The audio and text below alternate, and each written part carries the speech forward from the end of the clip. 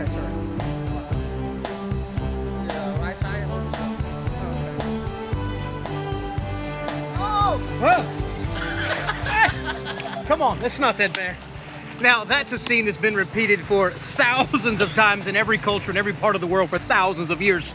It makes me think about when Jesus called the first disciples. These were fishermen. These were young men who spent their life fishing. These were men who lived off of the land, and their provision daily came from what they could catch. But Jesus recognized that there was something about these young men. He said, look, right now you catch fish, but I want you to come and follow me, and I will make you fishers of men. And as the words of Jesus echoed in their hearts, they had to make a decision. Should I stay here and fish, something that I was born to do, or should I follow this man and do something that's never been done before?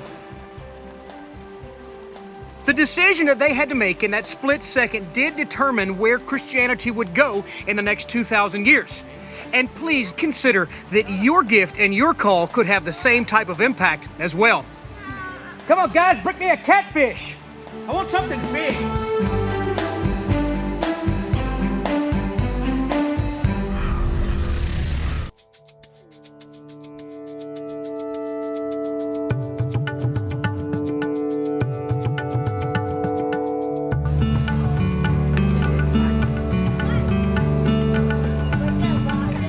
Well, this is one of 1,000 birds that you can buy on the streets of Phnom Penh or Siem Reap. I never have understood the bird thing, but apparently you can buy one and let it go. And you know, Jesus always warns us about adhering to the traditions of men and how religion can strip void the power of God in your life, especially when it comes to the issues of faith. And if taking a bird and throwing it away were to actually be able to do anything for you, why would Jesus ever had come to die and suffer, rise again to give us faith? You know, as for me, the bird's a lot of fun, but I'll take Jesus any day. You ready? Fly, be free! Wow, look at him go! He didn't go very far, did he? He's in there squawking. Look out, there's a big white guy down there. He's gonna squeeze you, bite him!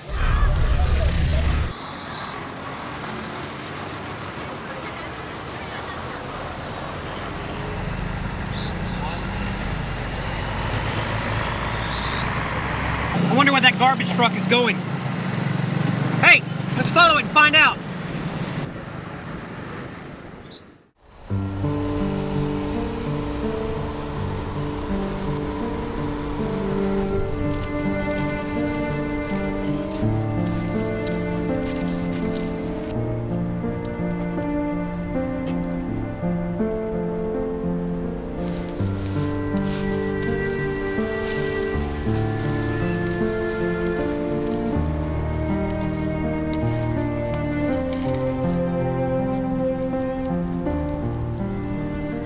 Now here in the garbage dump outside of Siem Reap, there are families that live in here and pick through the trash, pick through the refuse of someone else's life and begin to build a life out of that.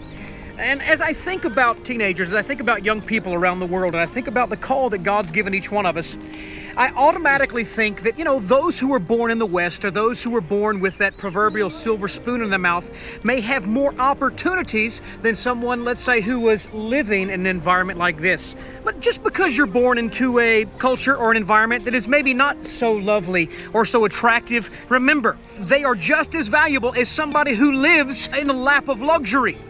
We've got to begin to look at life the way God looks at life.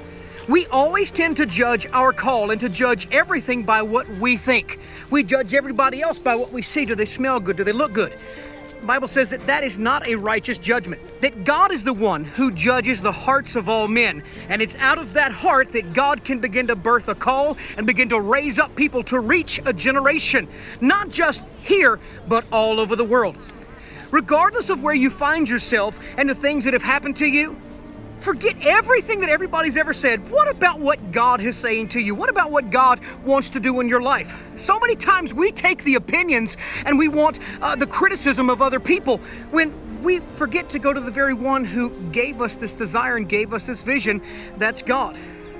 God is very plain when he says, you know, if you'll come and sit with him and reason with him, he is more than willing to explain his plan to you and to make sure you have everything you need to fulfill that vision.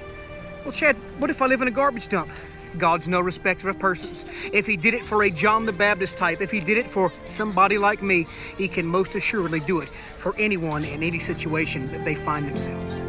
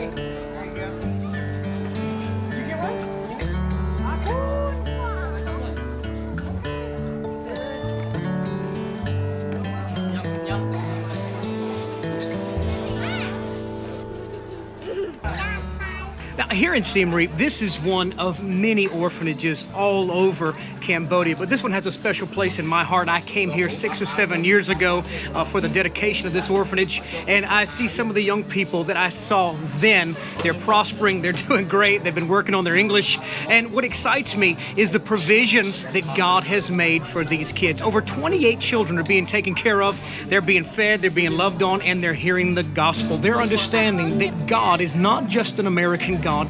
Their understanding through the love and the compassion of people sowing into their lives is that God is concerned about them and is concerned about their call.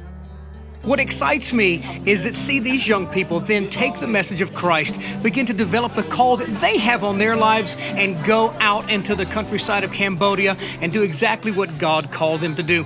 Remember, with any gift and with any call, it's all dependent on God. Zechariah says it's not by might, it's not by power, but it's by the Spirit of God. As you begin to allow Him to empower what He's given you, sit back and watch His power do what you could never do.